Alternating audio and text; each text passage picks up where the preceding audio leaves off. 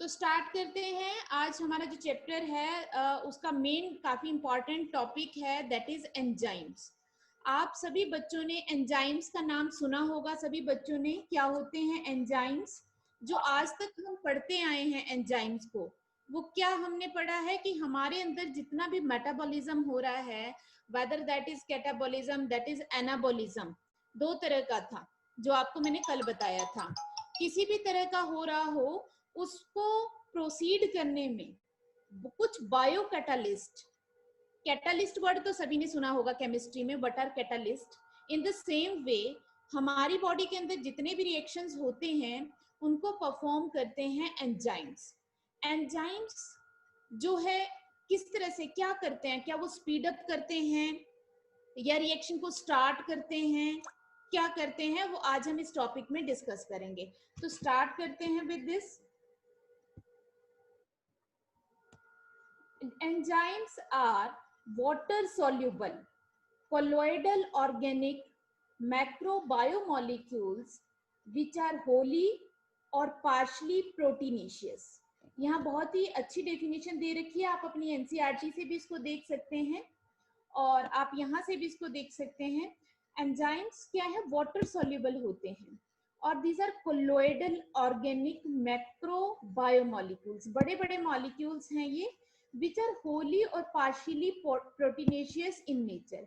या तो पूरे के पूरे वो प्रोटीन्स ही हैं या पार्शियली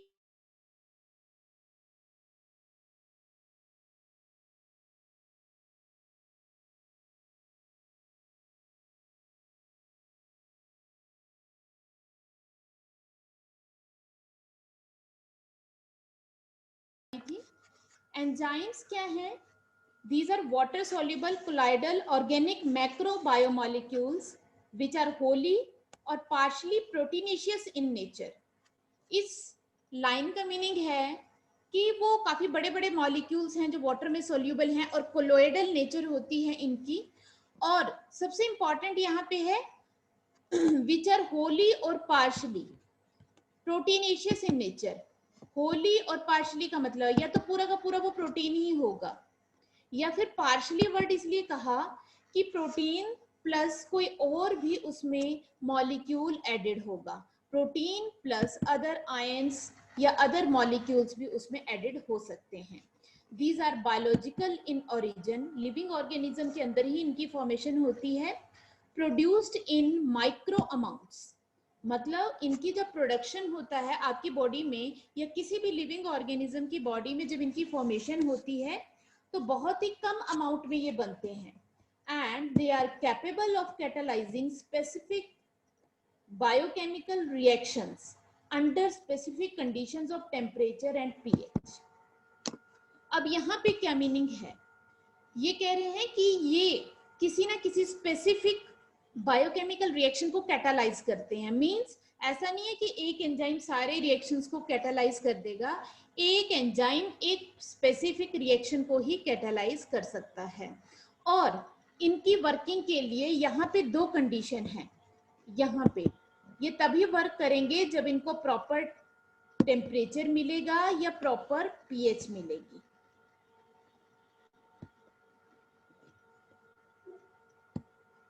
डेफिनेशन क्लियर है सभी को? मेरी आवाज आ रही है बच्चों? Yes ma'am. Yes ma'am. बिल्कुल साइलेंट हो गया था, मुझे लगा मेरे बच्चों को आवाज नहीं आ रही होगी।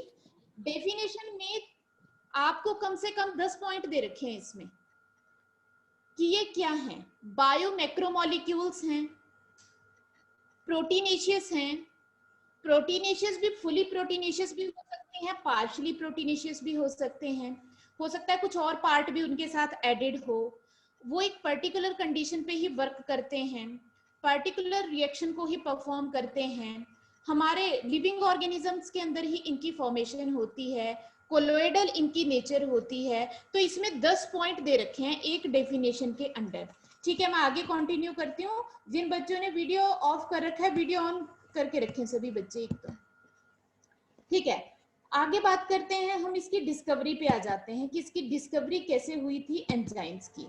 सबसे पहले Louis Pasteur in 1860 was first to propose that fermentation is caused by specific chemicals of yeast cells.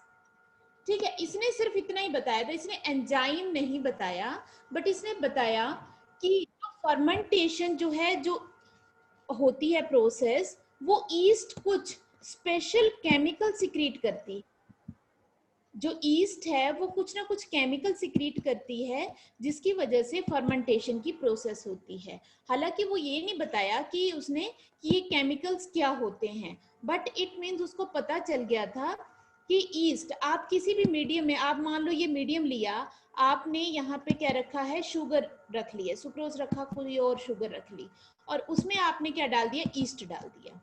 East क्या करेगा, उसकी फर्मेंटेशन कर देगा। ठीक है, ईस्ट क्या करते हैं, जो उसकी फर्मेंटेशन करेंगे। तो ईस्ट कैसे करता है, मान लो ये ईस्ट है, तो ईस्ट क्या करता है, अपने एंजाइम्स उस मीडियम में ऐड करता है, रिलीज कर देता है।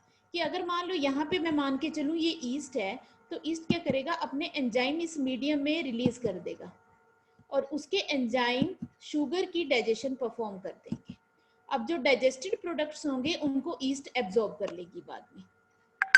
इस तरह से जो है इसमें परफॉर्म होता है फर्मेंटेशन। लेकिन ये इसमें सिर्फ ये नहीं बताया गया कि एंजाइम है। दो the presence of enzyme was first reported by W. Kohne in 1878, but it was Edward Buchner who first isolated the enzyme. देखो एंजाइम की प्रेजेंस को सबसे पहले रिपोर्ट तो कर दिया था डब्ल्यू कोने ने, लेकिन एडवर्ड बुचनर ने उनको आइसोलेट भी कर लिया। किसमें से, ईस्ट सेल में से सबसे पहले उनको आइसोलेट किया गया था एंजाइम्स को। बुचनर गेव द टर्म एंजाइम। तो आपको अगर ये क्वेश्चन आता है who gave the term enzyme, तो किसने दिया था, एडवर्ड बुचनर ने दिया था। सबसे पहले उसकी प्रेजेंस कोहने ने देखी थी, और उसके बारे में सबसे फर्स्ट जो लाइन दी गई थी, सबसे पहला सेंटेंस, सबसे पहली स्टेटमेंट जो दी गई थी वो लुइस पास्चर ने दी थी। अब बात आ जाती है एंजाइम वर्ड की।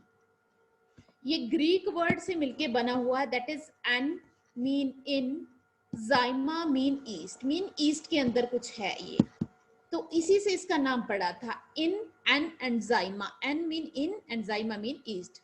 सो enzyme means inside the yeast, means जो कि ईस्ट के अंदर प्रेजेंट होते हैं।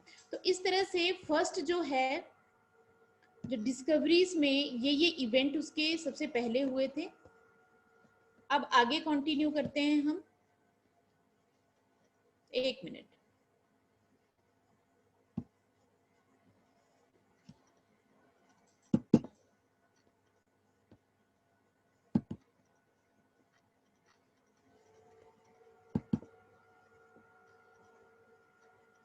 अब आ जाते हैं हम प्रॉपर्टीज ऑफ एंजाइम। ये बहुत इंपॉर्टेंट पार्ट है, प्रॉपर्टीज ऑफ एंजाइम। एंजाइम्स की क्या क्या कैरेक्टरिस्टिक्स होती हैं, तो एंजाइम्स की कैरेक्टरिस्टिक्स सबसे पहले हम देखते हैं इसमें, enzymes are polymeric organic compounds with high molecular weight. Polymers आप जानते हैं, पॉलीमर्स क्यों कहा गया है इनको, क्योंकि आपको पता है प्रोटीन्स किससे मिलके बने होते हैं, कोई बताएगा, एमिनो एसिड्स। तो प्रोटीन्स एमिनो एसिड्स, और एमिनो एसिड जब ज्वाइन कर गए तो उन्होंने प्रोटीन्स बना दिए। तो प्रोटीन्स बेसिकली होते क्या है, पॉलीमर्स। मोनोमर यूनिट होती है, उनकी जो सिंगल यूनिट होती है उसको मोनोमर यूनिट कहते हैं, और उसकी मोनोमर यूनिट्स ज्वाइन करके क्या बना देती हैं, पॉलीमर यूनिट्स। तो ये पॉलीमेरिक ऑर्गेनिक कंपाउंड्स है जिनका मॉलिक्यूलर वेट काफी हाई होता है। एंजाइम, दूसरी आपको अभी मैंने बताया था, एंजाइम्स आर होली प्रोटीनेशियस। अब कौन से एंजाइम्स ऐसे हैं जो पूरे के पूरे प्रोटीन ही हैं, लाइक अमाइलेज, ट्रिप्सिन और पेप्सिन। मेरे ख्याल से आप सभी बच्चों ने इनका नाम सुन लिया होगा डाइजेस्टिव सिस्टम वाले चैप्टर में, सुना है सभी ने? Yes ma'am. Yes ma'am. तो वहां पे आप डाइजेशन में देखा होगा कि अमाइलेज भी डाइजेशन करता है, ट्रिप्सिन भी है, पेप्सिन भी, तो ये सब डाइजेशन में रोल प्ले करते हैं। तो ये पूरे के पूरे प्रोटीनेशियस हैं, मींस इनमें कोई और पार्ट एडिड नहीं है।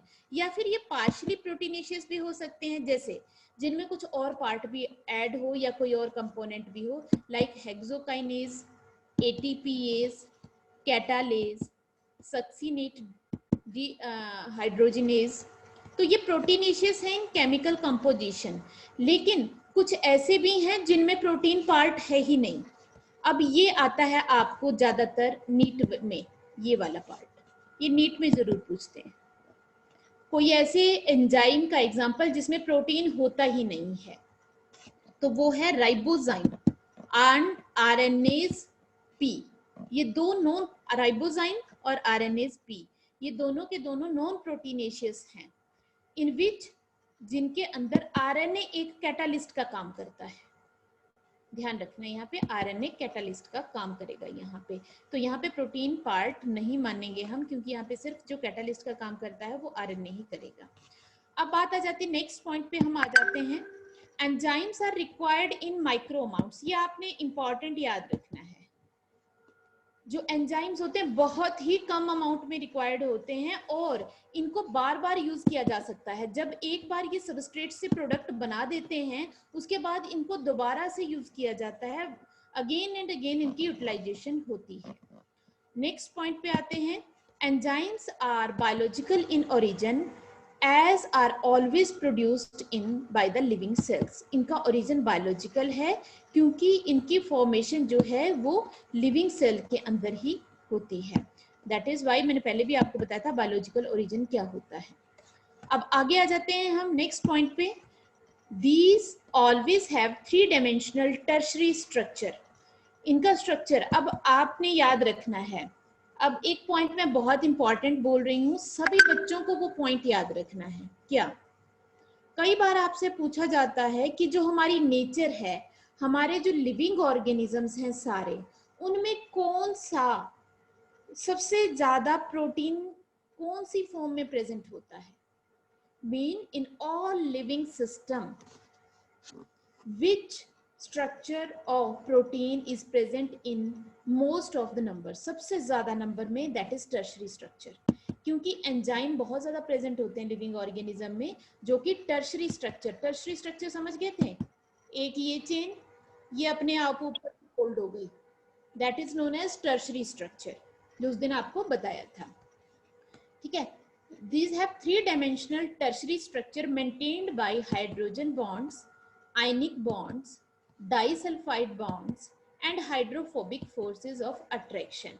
तो जो ये इसका स्ट्रक्चर है, अब एक बात हमने बताई थी कि देखो, हमने कहा एक होता है ये प्राइमरी स्ट्रक्चर, फिर हमने कहा ये एक होता है सेकेंडरी स्ट्रक्चर, एक होता है हमने कहा टर्शरी स्ट्रक्चर, ये इसके ऊपर फोल्ड हो गया, एक हमने कहा था क्वाटरनरी स्ट्रक्चर। आपने एक चीज याद रखनी है, किसी भी स्ट्रक्चर को मेंटेन करने के लिए उसमें कुछ ना कुछ पर्टिकुलर बॉन्ड्स प्रेजेंट होने चाहिए जो उसकी उस स्ट्रक्चर को मेंटेन रखे। तो यहाँ पे वो मेंटेन किया जाता है hydrogen bond, ionic bond, disulphide bonds and hydrophobic forces of attraction. अब आ जाते हैं नेक्स्ट पॉइंट पे, these act as biocatalyst and help in reaching the equilibrium constant faster by lowering the energy barrier and required activation energy। अब यहाँ पे एक minute, अब मैं स्टॉप शेयर कर रही हूँ। अब मुझे एक बात बताएंगे, आप सभी केमिस्ट्री पढ़ रहे हैं, सभी ने काफी ज्यादा केमिस्ट्री पढ़ी होगी, तो आप कोई मुझे बच्चा बताएगा व्हाट इज एक्टिवेशन एनर्जी। क्या आपने केमिस्ट्री में कभी वर्ड सुना है एक्टिवेशन एनर्जी? किसी भी बच्चे ने?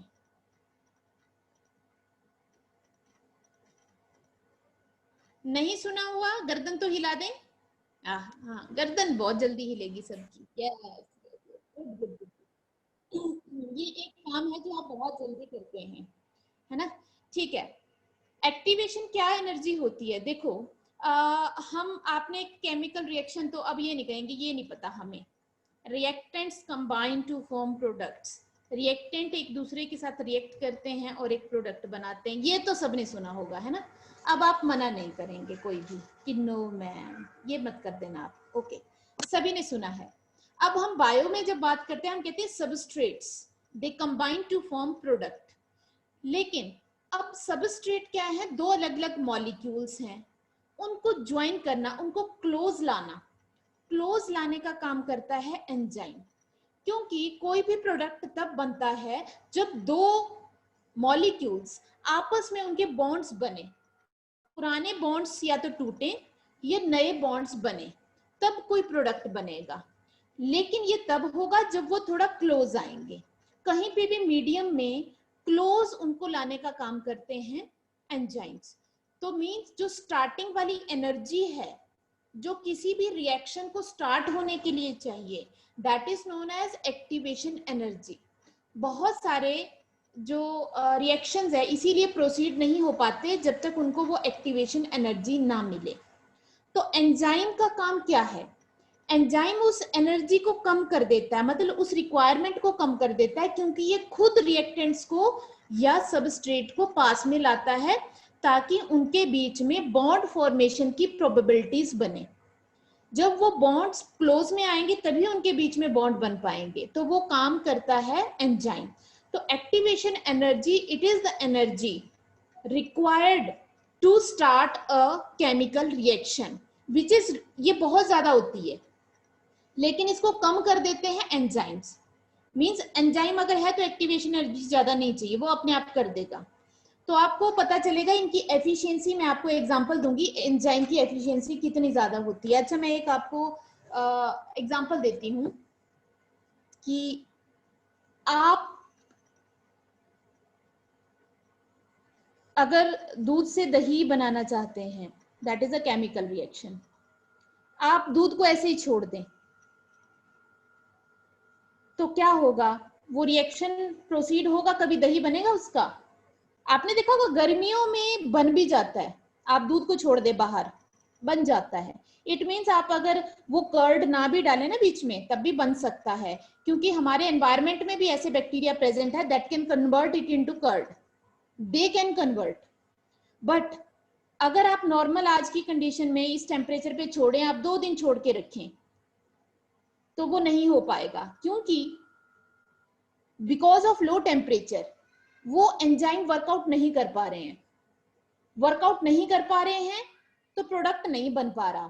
फिर देखो 2-2 दिन तक वैसे रहेगा। और आप गर्मी में क्या करें? आप 2 घंटे के लिए ऐसे छोड़ दो, बाहर गर्म करके छोड़ दो, आपको पता होगा चाहे वो कर्ड ना बने but that will be converted into anything else, कुछ में भी कन्वर्शन हो जाएगा। इट मीन्स वहां पे कंडीशन भी है, वर्किंग भी है, कितनी एफिशिएंटली वो वर्क करते हैं। अभी आपको बहुत अच्छी एग्जांपल दूंगी कि सेकंड्स में, 1 सेकंड के कुछ पार्ट में भी एंजाइम मिलियंस ऑफ कन्वर्शन कर सकता है। ठीक है, चलो मैं स्टार्ट करती हूँ, आगे शेयर करती हूँ आपको। तो एक्टिवेशन एनर्जी आपको मैं ग्राफ की हेल्प से भी बताऊंगी। अच्छा चलो ठीक है, अब हम बात करते हैं these are biocatalyst, ये आपको बता दिया। they help in reaching the equilibrium constant faster by lowering, कम कर देते हैं एनर्जी बैरियर। एनर्जी बैरियर इसलिए कहा कि एनर्जी ही है वहां पे जो एक बैरियर है सबस्ट्रेट टू प्रोडक्ट कन्वर्शन में। अब से नेक्स्ट पॉइंट पे हम आ जाते हैं, एंजाइम्स आर सबस्ट्रेट स्पेसिफिक। अब मैंने आपको बता दिया कोई एंजाइम सबस्ट्रेट को प्रोडक्ट में कन्वर्ट कर रहा है, लेकिन वो स्पेसिफिक होंगे। स्पेसिफिक मतलब आप ये नहीं कह सकते कि भाई मैं माल्टेज से सुक्रोज को कन्वर्ट कर दूंगा, डाइजेशन कर दूंगा। क्या आपने डाइजेशन वाले चैप्टर में ऐसा पढ़ा था? बताएं जल्दी से कि भाई माल्टेज सुक्रोज की डाइजेशन कर सकता है, ऐसा पढ़ा आपने? No ma'am. आपने वहां क्या पढ़ा? माल्टेज माल्टोज की करेगा, सुक्रेज सुक्रोज की करेगा, लैक्टेज लैक्टोज की करेगा। These are substrate specific. Maltase sucrase lactase can hydrolyse maltose sucrose, और किसी को नहीं करेंगे। That is known as specificity of these enzymes. अब आ जाते हैं आगे।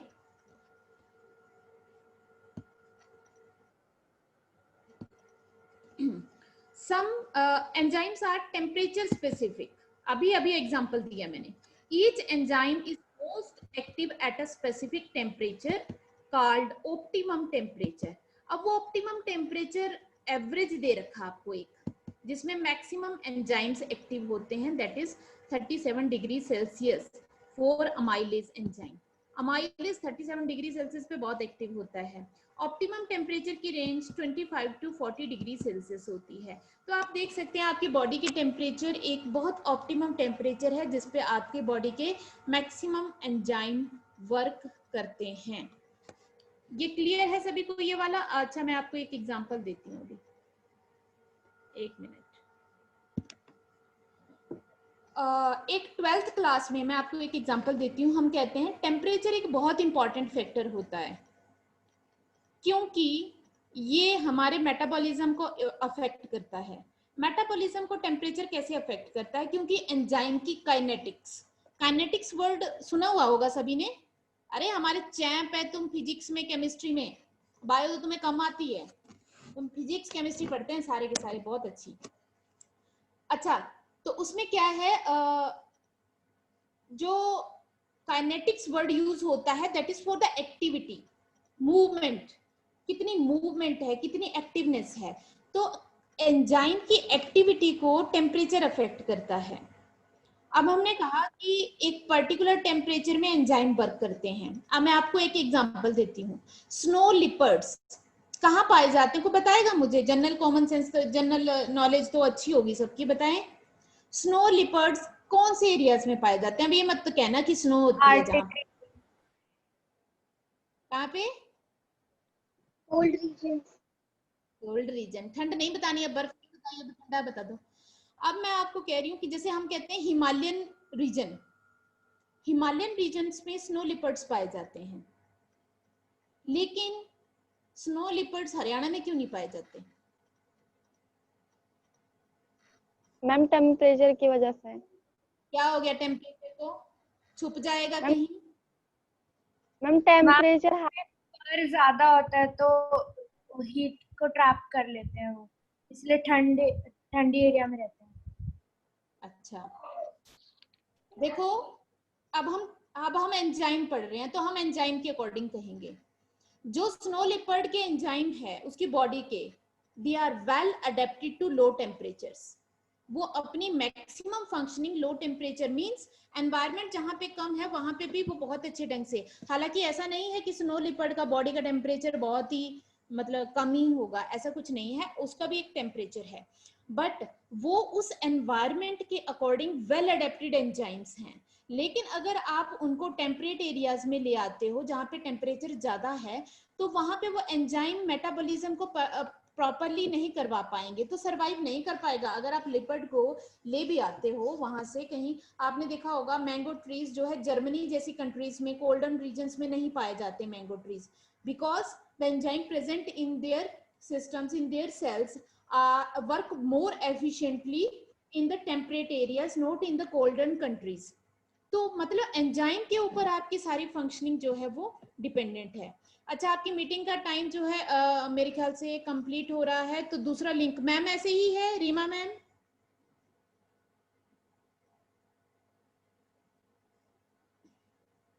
रीमा मैम